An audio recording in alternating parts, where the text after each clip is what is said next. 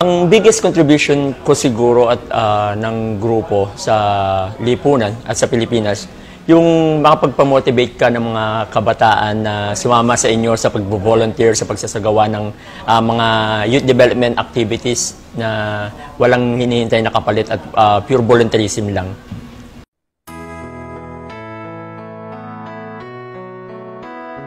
Ako si Kuya Cute, ang founder ng Kanlungan Pilipinas Movement.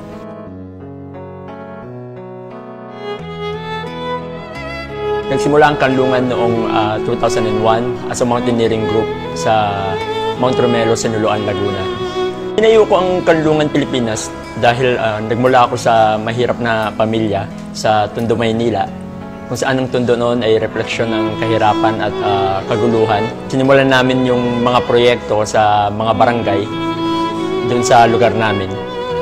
Isa sa mga proyekto noon yung ang Abacada at mga bata. Ito ay summer classes na sinasagawa sa mga adopted barangay namin, kung saan nagtuturo kami araw-araw ng basic alphabet, numbers, nursery rhymes, at binibigyan namin ng introduction sa basic education yung mga batang 3 to 7 years old na hindi pa nag-kinder o nag-grade 1. Naging dahilan ko kung bakit ito yung naging advocacy ko sa buhay, dahil noon, sa sobrang hirap namin, kailangan kong magtrabaho kasama ng aking mga magulang para makatapos ng pag-aaral.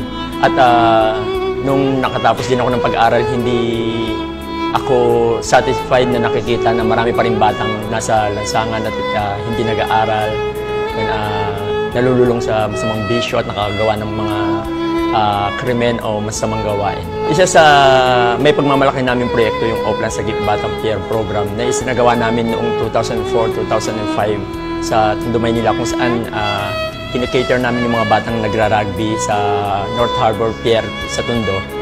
At yung proyekto na ito nakapagbago ng ilang mga kabataan, kung saan doon kami pinarangalan ng isa sa mga 10 accomplished youth organizations noong 2005. Isa pa sa aming mga project yung Balay Kanlungan ng Karunungan. Ito ay isang e-learning center na pinapaandar ng solar power. Katulong namin dito yung SPIN project, kung saan dinala namin ito sa mga na-Yolanda noon sa Eastern Samar. Nagtayo kami ng e-library sa mga nasalanta at hanggang sa lumawak ito at nakapagtayo kami ng iba't ibang e-library sa buong Pilipinas. Gagawin ko yung pag-volunteer at yung mga gawain pang kabataan. Siguro hanggat may naniniwala, hanggat may kasama ako na mga volunteer din na patuloy na nangangarap para sa magandang Pilipinas. Ang mensahe ko sa mga kabataan, samahan ninyo kami sa Kanlungan Pilipinas Movement. Maraming nangangailangan nating tulong at marami tayong maitutulong para sa pagpapaunlad ng ating bansa at maging bahagi tayo ng magandang kinabukasan para sa mga susunod pang henerasyon.